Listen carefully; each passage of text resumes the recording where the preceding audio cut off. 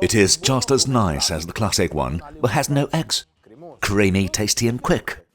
I'm talking about a no-egg tiramisu, a single portion dessert to conquer everyone. Let's pour the fresh cream in the bowl and start whipping it by adding the ice and sugar little by little, until soft peaks form.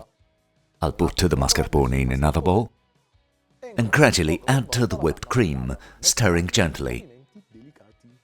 With the help of a piping bag with no nozzle, I distribute some cream on the bottom of the glass, break a ladyfinger in half and dip it in the mocha pot coffee. Then place the two halves on the bottom of the glass and make a second layer of cream. Sprinkle it with cocoa. You can add the dark chocolate flakes between the two layers. I add another coffee-soaked ladyfinger, yet another layer of cream, and finish with unsweetened cocoa, and keep going this way to fill the other glasses.